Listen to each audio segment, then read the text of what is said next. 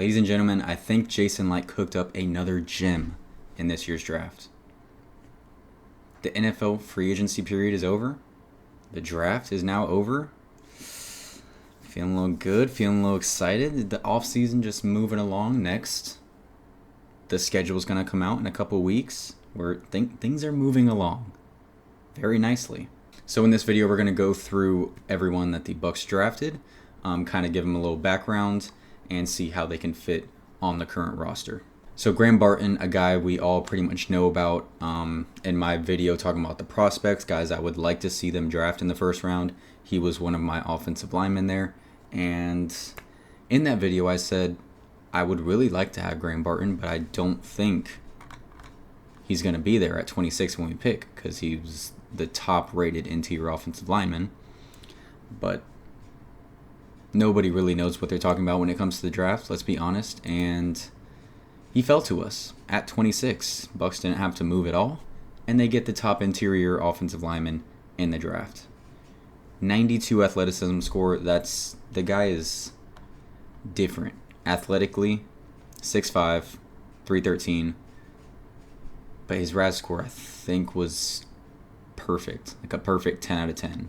His RAS score, his athletic score. Day one starter, obviously. And people are saying, I mean, if it plays out the way he looks, they can see him being, a 10 to 12-year starter with multiple Pro Bowls in there. That's perfect. That's perfect. I mean, it's a lot of people don't want to use the first-round pick on an interior offensive lineman. It's not cool. It's not sexy. But if you end up with a multiple Pro Bowl type of guy, that's a hit, a big hit. So in college, he played left tackle. Here, he's going to move over to center. Jason Light said in the press conference he likes Graham Barton as the center, so we have our day one center, guys. He has to compete. The press conference things they have to say. He has to compete for the job. He's got it. Let's be real. He's got it. And like every offensive lineman that Jason Light likes to draft, nasty, dirty, aggressive, just violence. I think in his press conference he probably said the word violence like 3 times. Yeah. I'm good with that. When looking at his weaknesses here, because we're not just going to, we are kind of just giving him the starting job, but let's talk about a little bit of the weaknesses. Arms are shorter than NFL standard for his position. It's not really a big deal, in my opinion. He played left tackle. I'd say they're shorter for left tackles, but for a center, it's not that big of a deal. Struggling to get into position when beaten, needs to guard against lunging, and corrals escaping defenders with his arms, which could bring flags. So that's really the only one that I see on there where I'm like, okay. But coachable. You can coach a player to not get flagged. I'm giving this pick an A+. A+. I mean, it's perfect. The guy you wanted fell to you, and you didn't have to move. Looking at a lot of comments on social media filled with, what about corner? We need an outside corner. Like, I don't know what happened. If I missed something, please let me know.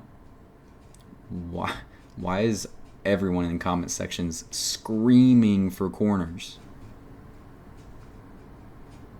And we did get one, by the way, so you can stop screaming.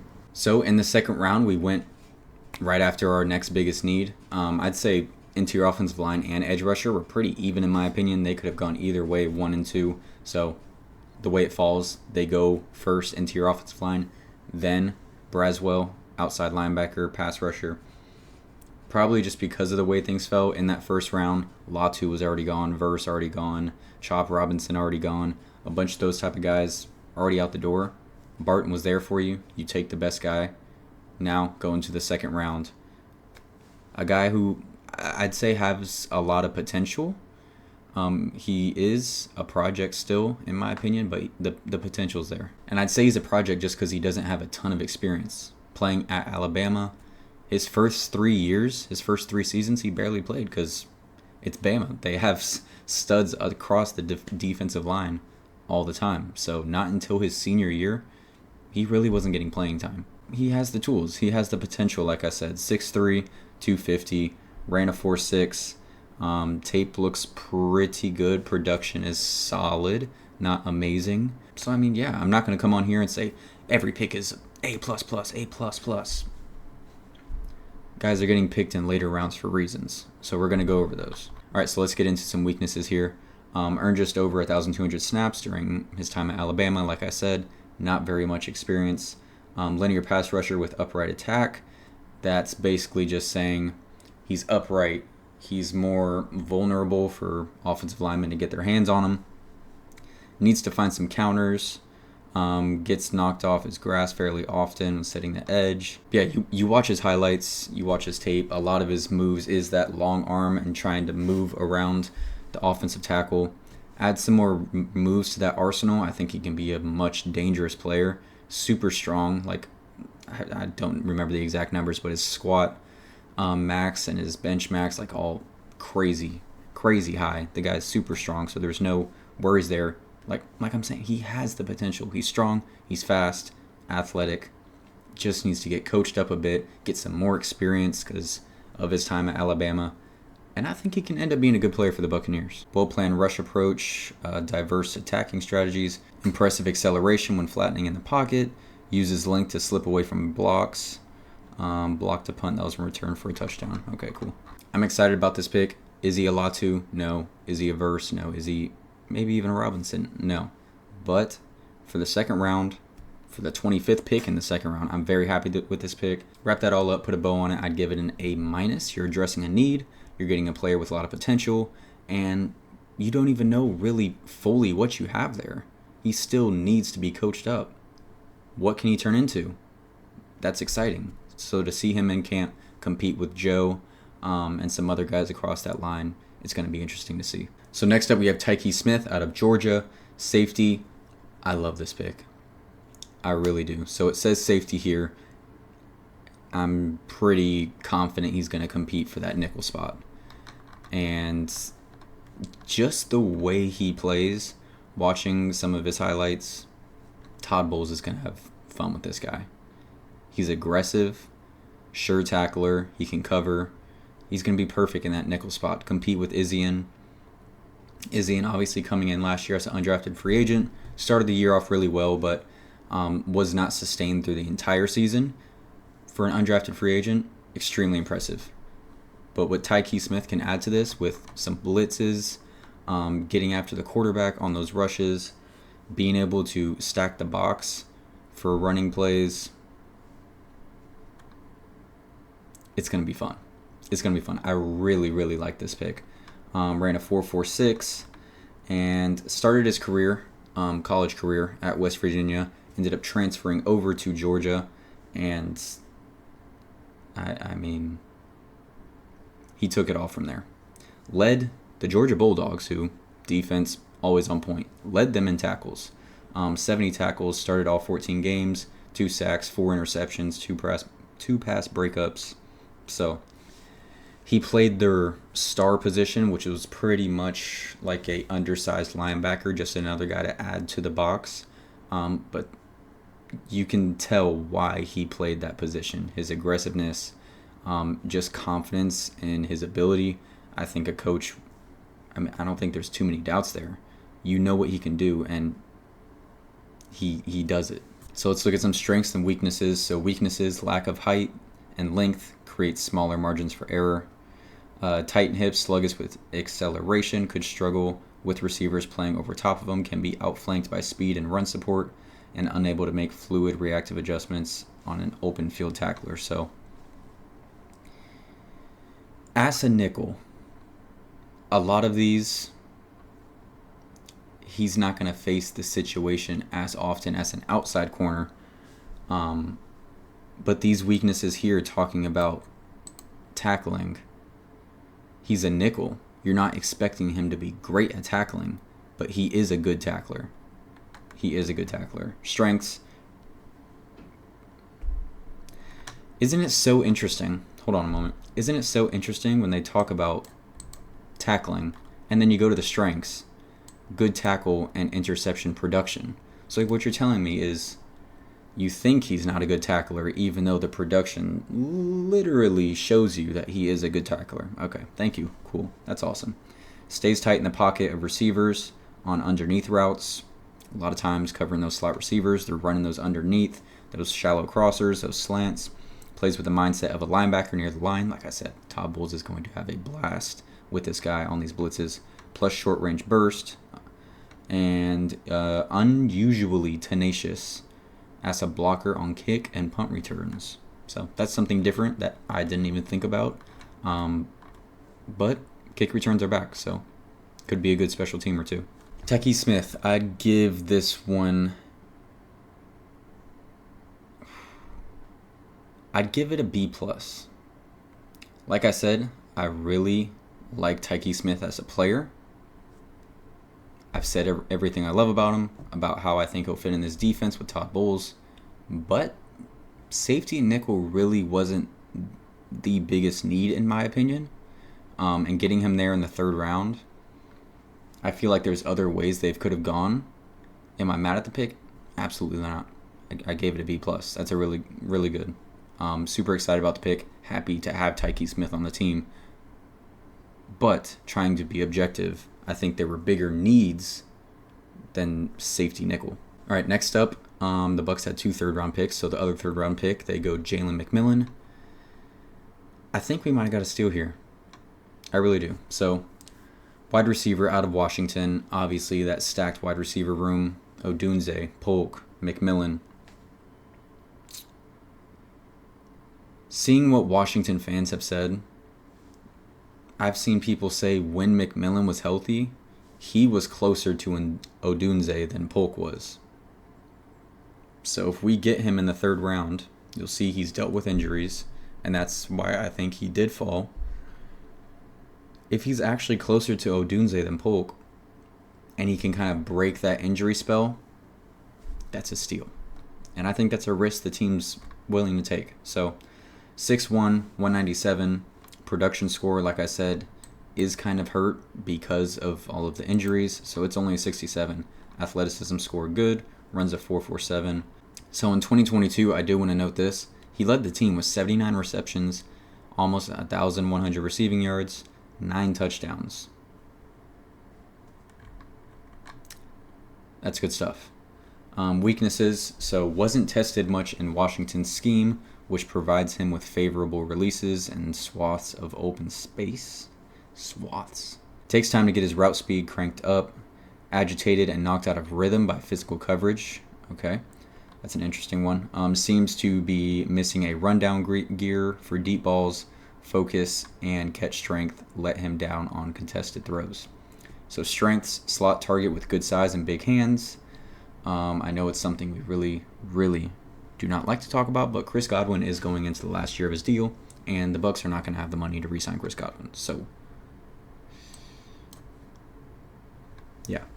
Long strider who can create some space mid-route, able to con coverage out of fades with leverage and fakes. That's really cool. Nice track and staying to maintain downfield positioning, run blocks from the slot with willing engagement. So, all really good stuff out of McMillan. I'd give this one... I'd give it an A-. I think this was I really like this pick. In terms of a need and the player that you got, I don't think there's anything to complain about. I think it's worth the risk. And, any injuries that he had.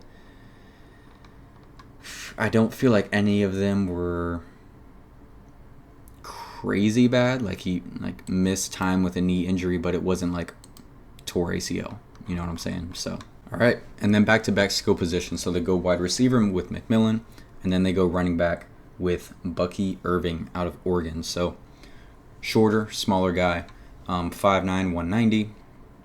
Production score, really productive time at Oregon. 78, athleticism score 65. So that 40-yard dash time at a 4.55, excuse me. But that production, let's talk about it.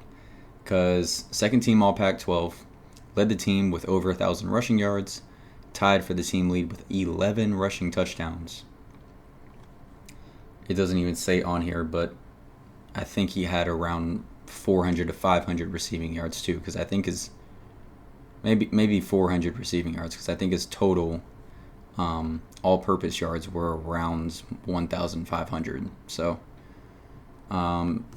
Weaknesses: doesn't have ideal size to take on heavy collisions, gets in too much of a hurry and rushes ahead of the blocking development. Coachable. Feet fly outside of his frame during change of direction.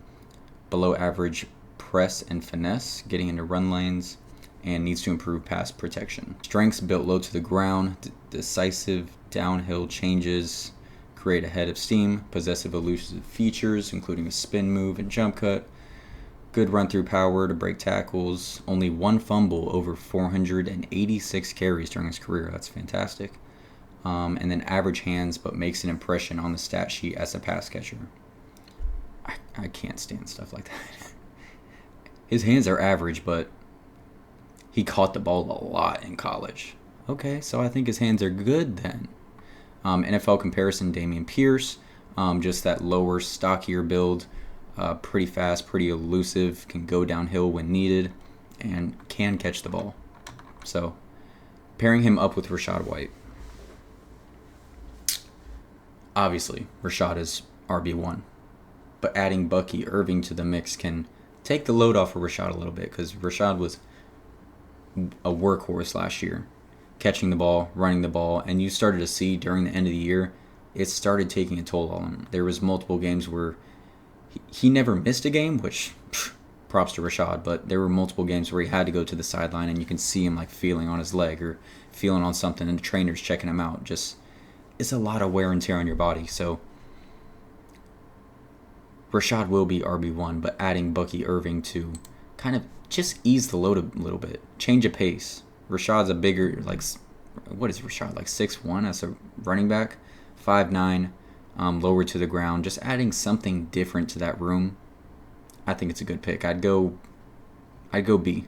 I'd go B for Bucky Irving. Next up, the Bucs go back to the big boys. So Elijah Klein, interior offensive lineman. He is more suited for guard. Obviously, already getting Graham Barton for that center position. 6'4", 306, played at UTEP. So the whole, he didn't play Power 5. All right. We've seen plenty of times Jason Light get a guy that was not Power 5 or even Division 1 and tournament, or FBS, and turn him into a quality starter. So positives: efficient mover with good weight distribution, knows how to line targets on the move with solid burst, a depth zone run blocker. From what I've heard about this guy, he is a stud run blocker. If you're ready to run that ball, Klein is ready as well. Loads of experience with strong performances against Power 5 opponents, so the people that really care about that, there you go. And then I think he was like a 5-year starter, so experience, he has that. Negatives: has some lag time when redirecting laterally. Will open and turn against wide rush alignments that can disrupt levels. Comes from a run-first scheme with minimal true drop-back reps. Okay, so that's where I think that can be an actual, called a weakness. Lack of experience for pass blocking, because at UTEP, heavy run scheme like this says. First team all CUSA, there we go. 55 career starts at right guard and 2 at left tackle. That's a lot of experience. So this pick, I will give it a B-. I mean, you're getting late here. I think we're 6th round pick here. You're not expecting day 1 starters in round 6. You're looking for depth pieces, and if they can compete for that starting job, you hit it out of the park. So there is very much going to be a left guard competition. How Elijah Klein competes for that role, we'll see in training camp, OTAs, but there is very much an opening at left guard. I know Jason Light brought in a couple veterans. Will Hainsey try to move over, or will he just be depth piece at center? And then Elijah Klein. Go get it, boss. Go get that spot. With the Buccaneers' last pick, 7th round, Devin Culp.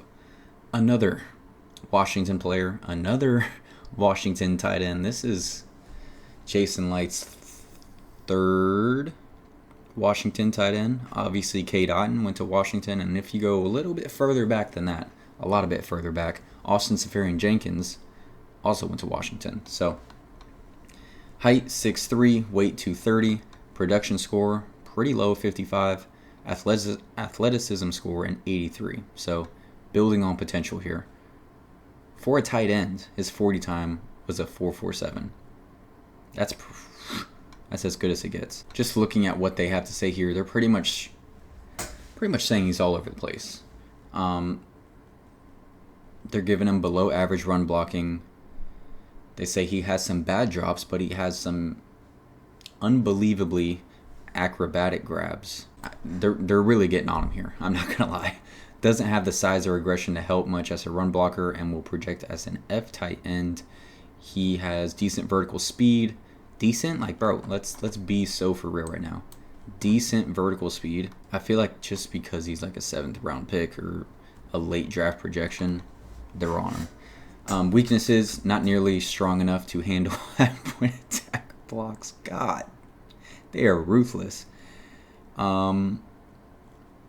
Needs corrected hand placement to have a shot as a blocker. Had major issues catching firm throws from Michael Penix Jr. All right, let's see if they have anything positive to say about Mr. Culp here. Strengths. Has the speed to push the route vertically. Forced to run back the tape and gawk at a few highlight reel grabs. Okay. Anyways. Plus body control with elevated focus on congested catch points, athleticism to climb blocks and play side zone, able to redirect weight and tag moving targets in space. Okay, so what you're getting from this, extremely athletic, but the production just hasn't been there. I don't know enough about Washington football to know if tight ends were used much in their scheme, in their offense. Obviously, we know wide receivers were.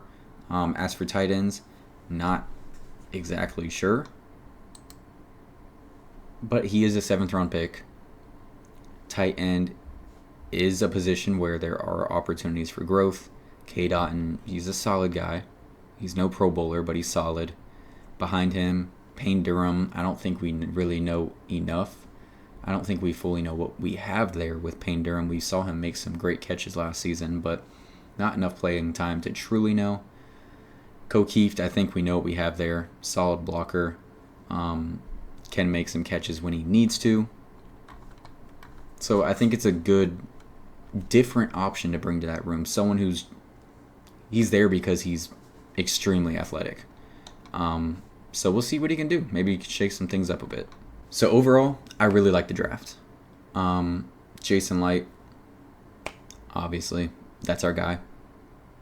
And I'm going to put my trust in him. Just looking at the names, Barton, Braswell, Tyke Smith, McMillan, Bucky Irving, Elijah Klein, Devin Culp. I'd say maybe 5 of these guys are going to get solid playing time this year. Barton will start. Braswell will get solid playing time. Tyke Smith, I think he will be a really good special teamer.